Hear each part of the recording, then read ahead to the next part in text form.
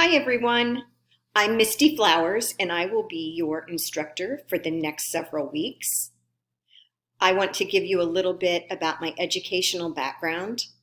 I received my undergrad degree and my graduate degree from The Ohio State University. I have taken courses through Bowling Green, Ashland, and also through Mount Vernon. I got my reading endorsement through MVNU. I taught in a public school system for 30 plus years.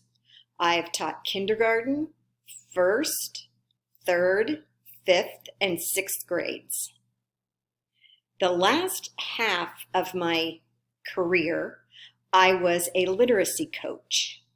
I was trained at Ohio State through Literacy Collaborative, and what I did for the district was I helped teachers implement the literacy framework that the district had adopted.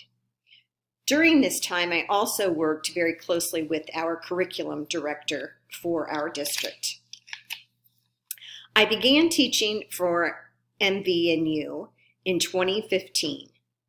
I mainly teach literacy courses for them, developmental literacy and developmental literacy lab, the basics of phonics in lab, content reading, language and literacy fundamentals, and curriculum in early childhood education.